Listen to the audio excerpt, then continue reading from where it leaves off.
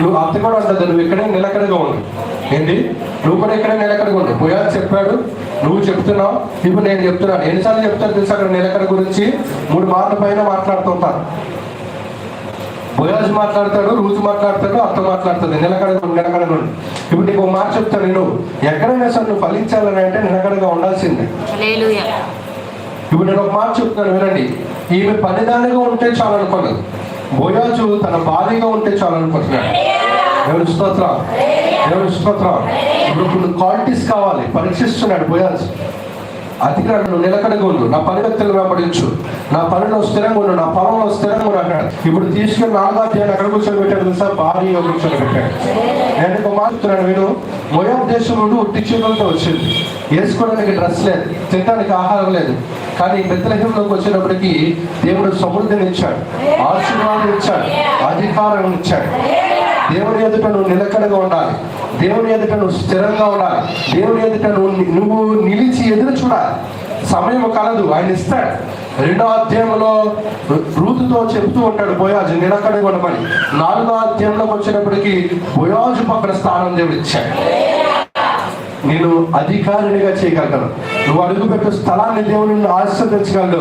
నువ్వు అడుగుపెట్టిన చోటను నేను అధికారిగా నియమించగలను. చెప్పట్ల గడిచిన నెలలో ఏదైనా కొద్దిగా ఉండొచ్చు, గడిచిన నెల ఏదైనా కాకపోవచ్చు, గడిచిన నెల ఏదైనా నీకు కలగకపోవచ్చు. ఈ జూలై మాసంలో ఆయన ఇవ్వబోతున్నాడు. నువ్వు నమ్మడమే, అది నువ్వు పొందుకున్నావాడు. ఇప్పుడే ఈ క్షణమే నువ్వు నిర్ణయించుకోవడమే. అనుకున్నా రూతు అనుకుందా, నేను పరిగెత్తులో ఉంటే చాలు అనుకోండి, ఆ పొలంలో ఏరుకుంటే చాలు అనుకోండి. ఇప్పుడు ఆ పొలానికే చెప్పాలి గట్టిగా అయిపోయిందా? దేవుడి పట్ల ఇవ్వడానికి సిద్ధంగా ఉన్నాడు. పొందుకోవడానికి నువ్వు సిద్ధంగా ఉండాలి. నువ్వు ఆయనతో కలిసి ఆనందం, ఆయనతో కలిసి సహవాసం, ఆయనతో కలిసి ఆనందం నువ్వు పంచుకోగలగాలి. దేవుని సన్నిధిలో ఆషామాషి కాదు, దేవుని సన్నిధిలో విశ్వాసంతో, విధేయతతో, భక్తితో, శ్రద్ధలతో దేవుని సన్నిధిలో గడపాలి.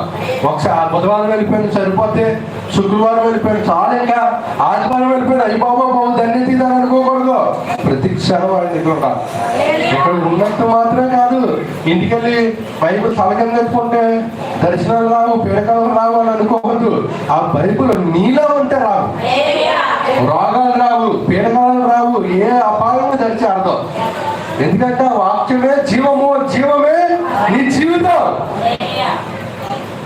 బైబుల్ కూడా చాలా మంది మూలముఖాలుగా ఎక్కడంటే ఇంట్లో అంటారు, ఆత్మహత్యకెళ్ళి అంటే ఏదో మూల పడేస్తూ ఉంటారు, వచ్చినప్పుడు తిరుగుతుంటారు. నీకు ఒక మాట చెప్తాను నేను, ఆఖరికి ఒక మాట. ఈ బైబిల్ ఎప్పుడు మనకు ఒక కొంచెం పైన ఉండాలి. ఎందుకంటే ఆయన పైన ఉన్నవాడు. మనం ఎంత జాగ్రత్తగా చూస్తాం, బీరువతాలను ఎక్కడ పెడతాం? హలో, నేను వెళ్ళిపోతాను కదా దర్శనానికి, ఎప్పుడు చేశాను. నాకు అది చేయాలట్లేదా? దేవుని స్తోత్రం. మీ దగ్గర చెప్తే దేవునికి లెక్క చెప్పాలా? మనం ఎప్పుడు బీరువా పైన, నేను చూసి మరీ చెప్తున్నాను, బీరువా పైన పెడతారు, లేకపోతే ఇంకా అయ్యే సంక్షేమ మీద పెడతారు, లేకపోతే ఏమన్నా రహస్యంగా తాగబడిన ఎత్తైన స్థలంలో పిల్లలకు కానీ, భక్తులకు కానీ, బయటకి కానీ తెలియకూడదని దాస్తూ ఉంటారు. ఇంకా గొప్ప రహస్యం ఏంటో తెలుసా? చెప్పండి.